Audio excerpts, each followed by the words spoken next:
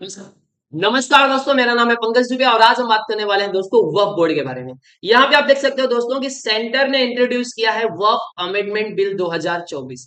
जैसे ये पास हो जाएगा वैसे क्या बन जाएगा, कानून बन जाएगा। और इसके अंदर ऐसे प्रावधान बनाए गए हैं कि अगर आप वक्फ बोर्ड के किसी भी डिसीजन से क्या हो, खुश नहीं हो, अगर आपको लगता है कि वक्फ बोर्ड ने आपके साथ गलत किया, मतलब इन्होंने आपकी जमीन पे कब्जा किया, आप यहाँ पे इनके यहाँ पे पहुंच गए, बोले साहब ये जमीन हमारी है, तो इन्होंने बोला नहीं ये तुम्हारी जमीन नहीं है, अब तुमको नहीं मिलेगी, बाय बाय टाटा। तो अब आप कहाँ पहुंच सकते हो, हाई कोर्ट और सुप्रीम कोर्ट में जा करके इनके खिलाफ केस कर सकते हो। और सुप्रीम कोर्ट और हाई कोर्ट का दरवाजा खटखटा के बोल सकते हो साहब हमारे साथ अन्याय हुआ है, इंसाफ करिए। अब इसमें बोलते हैं ना ऐसे 5 की पॉइंट्स है जिसके बारे में हम डिस्कस करने वाले हैं, जो यहाँ पे हमको देखने को मिलेगा। और साथ ही साथ में ओवैसी जी के बारे में बात कर लेते हैं। ये तो बहुत रो रहे हैं, सीना पीट पीट के रो रहे हैं, तो बोल रहे हैं मुस्लिमों के साथ में गलत हो रहा है, ये सरकार गलत कर रही है, इसने क्या कर डाला। अब बहुत सारे मुस्लिम आकर के सामने से खुद बोल रहे हैं, बोलते हैं देखिए ऐसा कुछ नहीं है। वक्फ बोर्ड में ना कुछ ऐसे बोलते हैं ना माफिया लोग बैठ गए थे, जो वक्फ बोर्ड की प्रॉपर्टीज को अपने हिसाब से यूज कर रहे थे, अपने फायदे के लिए यूज कर रहे थे।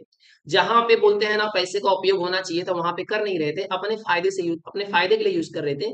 तो सरकार ने इस पे पूरा क्या कर दिया, प्रतिबंध लगा दिया है कि अब ये जो अपने फायदे के लिए यूज कर रहे थे तो नहीं कर पाएंगे। अब ये किसके लिए, मुस्लिमों के लिए ही यूज होगी, लेकिन बोलते हैं ना एकदम उसका प्रॉपर रिकॉर्ड रहेगा। चाचा उससे परेशान है, बोलते हैं अपना थोड़ा वोट बैंक ऊपर नीचे हो सकता है। चलिए डिटेल में इसके बारे में जानकारी प्राप्त करते हैं दोस्तों। तो अगर हम लोग बात करें कि सबसे ज्यादा जमीन किसके पास है, तो सबसे नंबर 1 पर कौन आता है, रेलवे। रेलवे के पास सबसे ज्यादा जमीन है। उसके बाद सेकंड नंबर पर आता है हमारा डिफेंस, सेना। सेना के पास सेकंड नंबर पे ज्यादा जमीन है। और थर्ड नंबर पे वो बोर्ड आ जाता है, इनके पास सबसे ज्यादा जमीन हो गई भैया, थर्ड नंबर पे है ये। तो उसमें से अगर बोलते हैं ना कितने संपत्ति वाले वो बोर्ड है उसकी बात करें, तो यहाँ पे आप कर्नाटका में देख सकते हो 62 वाला, 62,830। और यहाँ पे तमिलनाडु में 66,090। और मैं पंजाब की बात करूं तो 75,965। अब यहाँ पे आप यूपी में सबसे ज्यादा 2,17,161। और यहाँ पे आप वेस्ट बंगाल में देख रहे हो 80,480। मतलब इतनी संपत्तियां हैं इनके पास में, वक्फ बोर्ड के पास। चलिए, अब वक्फ बोर्ड में कुछ मूवेबल प्रॉपर्टी है, कुछ नॉन मूवेबल प्रॉपर्टी है। मूवेबल प्रॉपर्टी अगर हम लोग बात करें तो जैसे कार हो गया, सोना हो गया, इसको हम एक जगह से दूसरी जगह पे मूव कर सकते हैं। नॉन मूवेबल में जैसे सपोज नॉर्मली क्या हो गया, एक घर को पकड़ लीजिए। अब यहाँ क्या है कि इस पे बोलते हैं ना इन्होंने अलग अलग तरीके से, अब यहाँ पे देखिए कि अतिक्रमण वाला दम, और कुछ है जिसकी सूचना ही नहीं दिया था और उस पे क्या कर लिया उन्होंने, कब्जा कर लिया। ऐसे बहुत सारी जमीन थी जिसपे बोलते हैं ना विवाद चल रहा है, काफी लंबे समय से चल रहा है। चलिए अब वक्फ बोर्ड के बारे में थोड़ा सा जानकारी प्राप्त कर लेते हैं। तो यहाँ पे आप देख सकते हो कि वक्फ क्या होता है।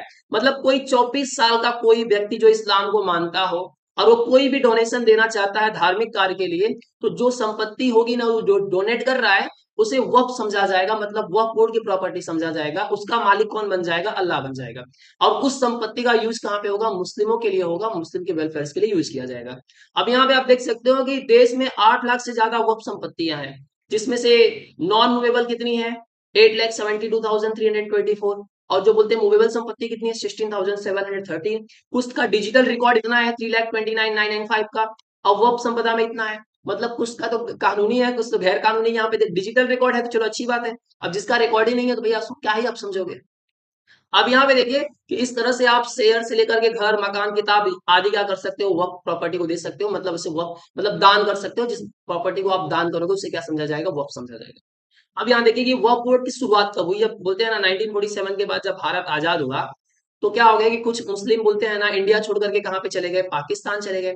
अब जो अपनी संपत्ति यहाँ पर छोड़ के गए थे, अब उस संपत्ति का क्या किया जाए। तो 1954 में ये डिसाइड किया कि चलो भैया ये जो वक्फ बोर्ड बना देते हैं, वक्फ बोर्ड क्या करेगा, इन संपत्तियों का क्या करेगा, निगरानी करेगा और उसको सही ढंग से क्या करेगा, मुस्लिमों के लिए मतलब खर्चा करेगा, मतलब उनके लिए रख रखाव के लिए उनके लिए काम करेगा। अब बाद में क्या हुआ कि 1995 में इसमें क्या हुआ, कुछ संशोधन हुए। और 2013 में जो बोलते हैं इसके अंदर अमेंडमेंट हुए, उसमें इसको इतना ज्यादा पावर दे दिया गया कि बाकी के देशों में भी वक्फ बोर्ड है। जैसे मैं सऊदीया की बात करूं, सऊदी अरेबिया में भी वक्फ बोर्ड है, लेकिन उनके पास वक्फ बोर्ड को इतना ताकत नहीं दिया गया जितना भारत के अंदर दे दिया गया है कि भैया आप इधर नहीं जा सकते। एक बार हमने बोल दिया कि वक्फ बोर्ड प्रॉपर्टी है, एक बार तो मैंने बोल दिया पूरा तमिलनाडु का पूरा गांव ही गांव हमारा है। तो ऐसे बहुत सारे केसेस आए हैं यहाँ पर। अब देखिए इसमें जो खास बदलाव किए गए हैं उसके बारे में बात कर लेते हैं कि तो रेवेन्यू रिकॉर्ड के लिए यहाँ पे बोलते हैं ना कलेक्टर को नियुक्त किया गया है। अब ट्रिब्यूनल में पहले 3 सदस्य थे और इसमें से एक न्यायिक और टेक्निकल सदस्य भी होगा। नए बिल का प्रावधान है कि किसी भी मामले में 90 दिन की उसकी अपील होनी चाहिए और 6 महीने के अंदर केस का निपटारा भी हो जाना चाहिए। बोर्ड को चलाने के लिए जानकार लोगों की जरूरत है, मतलब यहाँ पे एजुकेटेड लोगों को रखा जाएगा। ये नहीं भैया बस भैया आप मुस्लिम हो तो चलिए बोर्ड पे बैठ जाओ, भले आपको पढ़ा लिखा कुछ भी ना आता हो। और प्लस वीमेन मेंबर्स को यहाँ पे ज्वाइन किया गया है, भैया आप भी इसके अंदर रहिए। और जो संपत्ति आपने कमाई हो मुस्लिम समुदाय के लिए कल्याण के लिए यूज होनी चाहिए। यहाँ पे ये बोला गया है कि भैया कि देखिए बहुत सारी औरतें हैं जिनका डाइवोर्स हो गया है या उनके पति की मृत्यु हो गई है, तो ऐसे केसेस में उनके जो बच्चे की जो पढ़ाई का जो खर्चा है वो किसको देना चाहिए, वक्फ बोर्ड में को देना चाहिए। यहाँ पे ऐसे छोटे मोटे प्रावधान यहाँ पे किए गए हैं। तो आई होप सो दोस्तों ये पूरा आप बोलते हो ना आर्टिकल आप समझ गए होंगे। अगर वीडियो पसंद आए तो वीडियो को लाइक करके चैनल को सब्सक्राइब कर लीजिएगा। And thank you so much for watching this video.